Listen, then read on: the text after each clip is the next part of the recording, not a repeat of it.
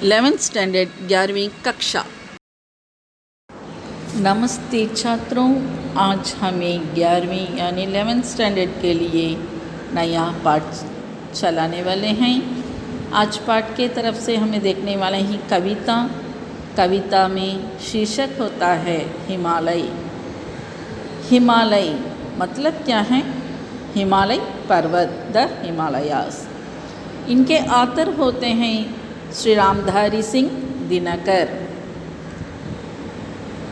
23 सितंबर 1980 को बिहार राज्य के मुंगेर जिले के एक संपन्न परिवार ज्ञानपीठ पुरस्कार से सम्मानित हिंदी के राष्ट्र कवि दिनकर जी का जन्म हुआ।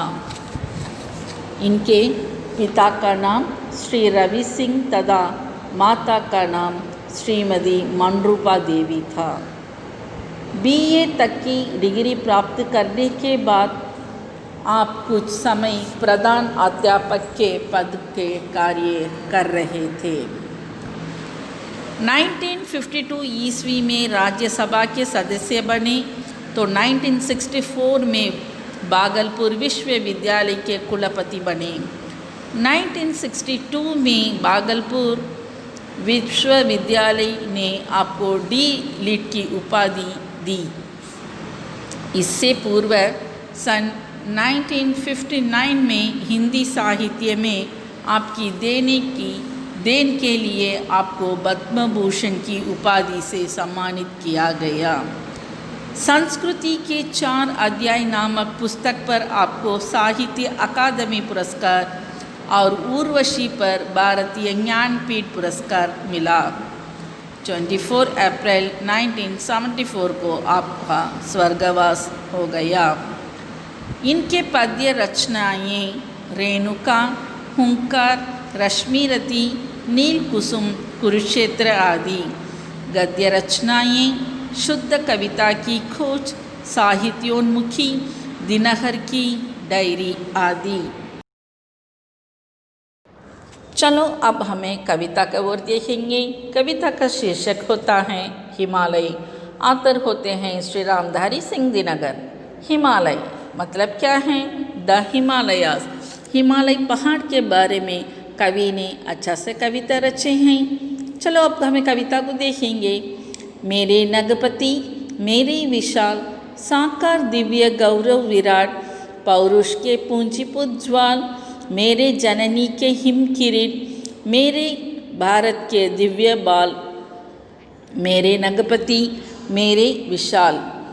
हिमालय कविता में रामधारी सिंह हिमालय को भारत माँ का मुकुट कहते हैं। हिमालय पर्वत अपने विशाल दिव्य रूप में भारतीय पौरुष की एकाग्र अग्नि तेज का प्रतीक है। भारत माता के मस्तक पर बर्फ की सफ़ेदी चांदी का हिमालय पर्वत मुकुट के समान है। पर्वतों का राजा हिमालय अर्थात अपने बर्फ से टकी चोटियों से भारत माता की सुंदरता को बढ़ा रहा है। भाषा वो जोश से भरी है। युग युग से अजय निर्बंध मुक्त, युग युग गर्वोन्नत नित महान निस्सीम व्योम में तान रहा है। ये युग युग से रहा है, बड़ा गर्व होता है, बड़े गर्व से खड़ा हुआ है, इसका कोई सीमा नहीं है। युग से किस महिमा का वितान, कैसी अखंड है ये चिर समाधि, यतिवर कैसा यह अमर ध्यान। युग युग से खड़ा हुआ ये पहाड़ देखने पर एक महामुनि ध्यान करने के जैसे दिखता है। तो महाशून्य में खोज रहा है किस जटिल समस्या का निदान। तो इतना पहाड़ तो इतना ऊंचा होता है।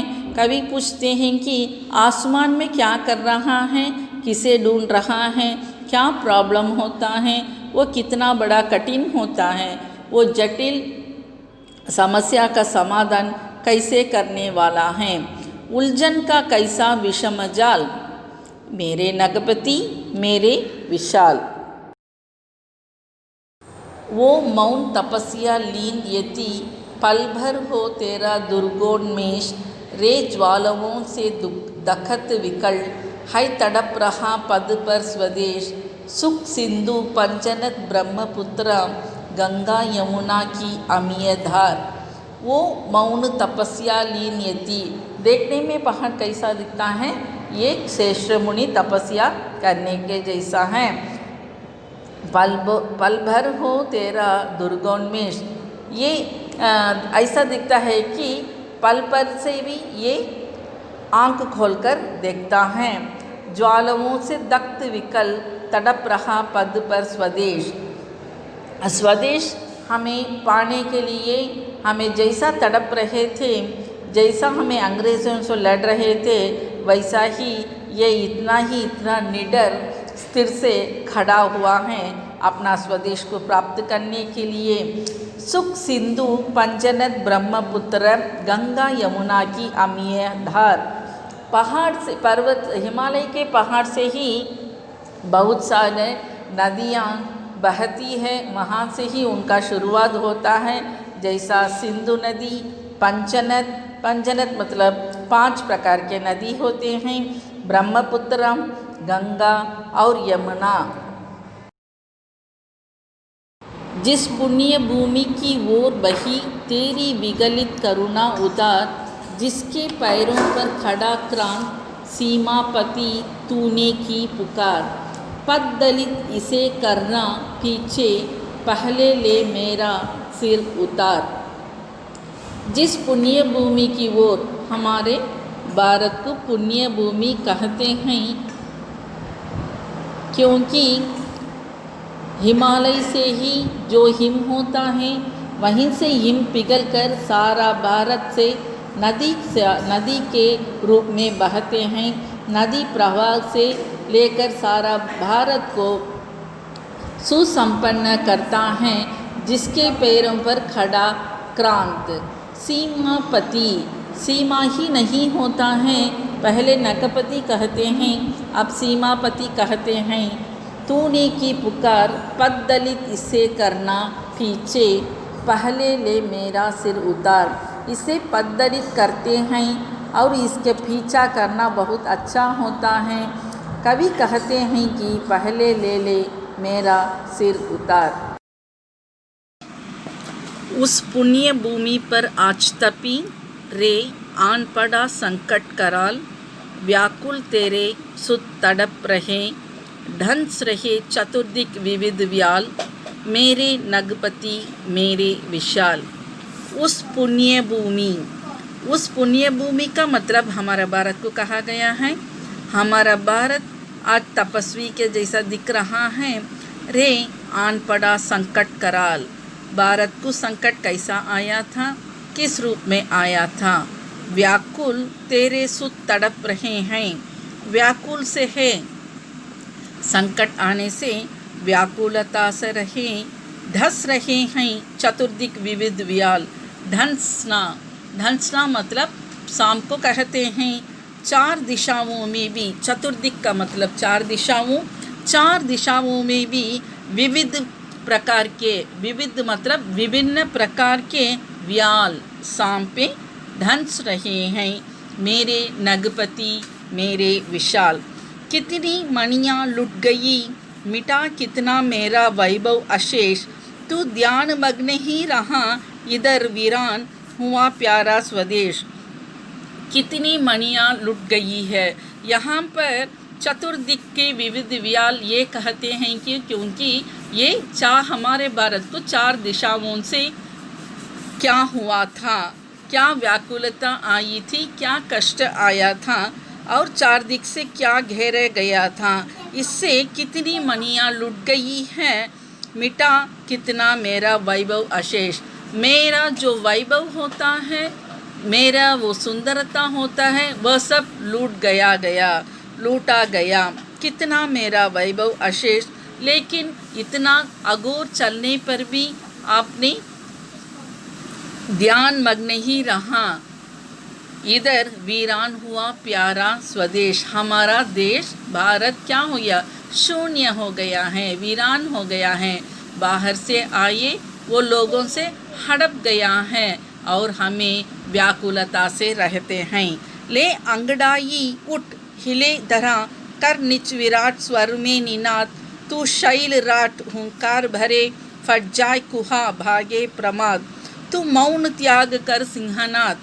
ले अंगड़ाई, अंगड़ाई का मतलब स्थिर से रहने का, स्टबन से रहने का। पहाड़ तो स्थिर से रहता है ना। ले अंगड़ाई हिले धरा, इतना लूटता है, इतना घोर चलता है हमारे भारत में, तो अंगड़ाई से, तू स्टबन से बैठा हुआ है। कर निच विराट स्वर में निनाद, विराट के जैसा होना है, क्योंकि तू तो पर्वत का राजा होता है। तो शैलराट है, हुंकार भरे फट जाए कुहा भागे प्रमाद, तेरा जो निकलना है इससे कुहा फट जाना है। कुहा का मतलब अंधेरा। यहाँ पर जो हमारे भारत पर आक्रमण किया गया है उन लोगों को कहते हैं कुहा। भागे प्रमाद, आलस्य को छोड़कर तू निकलना है। तू मौन से क्यों बैठा है, तू मौन त्याग करके बाहर निकल कर सिंहनाद। रे तपी आज तब का ना काल, नवयुग शंख ध्वनि बजा रही, तू जाग जाग मेरे विशाल। कवि तपस्वी हिमालय से कहते हैं कि तपस्वी की तरह शांत रूप से भक्त करने का समय नहीं है।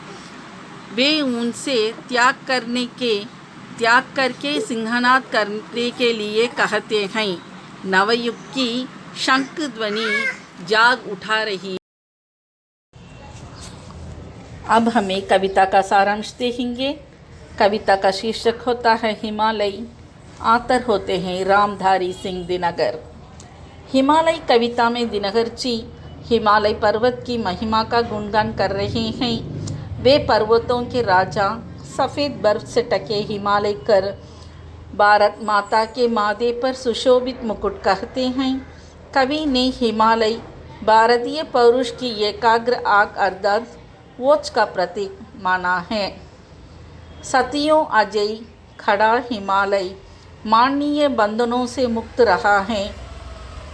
वह सदियों से ऋषि की तरह मानो अपनी समाधि में बैठा है। कवि ये जानना चाहते हैं कि श्रेष्ठ मुनि के रूप में हिमालय आकाश को छूता हुआ उससे किन समस्या का समाधान पाना चाहता है। कवि इस श्रेष्ठ ऋषि के चिरकाल से अपनी आंखें खोलकर उसके पैरों में रह रहे लोगों के दुख दूर करने का प्रयत्न कर रहे हैं। कवि हिमालय को सुख का सागर, 5 नदियों का जन्मदाता, ब्रह्मा आदि कहकर संबोधित करते हैं, जिसकी करुणा गंगा और यमुना पवित्र धारा बनकर भारत की पुण्य भूमि में नया जीवन दे रही है। हिमालय हमेशा भारत का रक्षक रहा है। एक ओर इसने भारत को विदेशी ताकतों से बचाया तो दूसरी ओर बर्फीली हवाओं से भारतवर्ष की रक्षा की। हिमालय से इस संकट की घड़ी में अपना मौन तोड़कर अपने देशवासी की मदद करने को कहते हैं। कवि कहते हैं कि प्यारा भारतवर्ष वीरान हो गया है, इसलिए वे अपने नगपति और विशाल हिमालय को तपस्वी से जगाने के लिए कहते हैं। कवि कहते हैं चाहे युधिष्ठिर जैसा धीर और जान दो, लेकिन हमें अर्जुन और भीम को उनके धनुष गदा के साथ लौटा दो। भगवान शिव से तांडव नृत्य करने के लिए कहते हैं ताकि भारत में पुनः धर्म और भगवान का नाम गूंज उठे। धरा अंगड़ाई ले और भारत भूमि धन धान्य से खिल उठे। कवि तपस्वी हिमालय से कहते हैं कि तपस्वी की तरह शांत रूप से भक्त करने का समय नहीं है। वे उनसे मौन त्याग करके सिंहनाद करने के लिए कहते हैं। नवयुग की शंख की ध्वनि जगा रही है। क्या छात्र समझ में आता है ये पोयम को? धन्यवाद।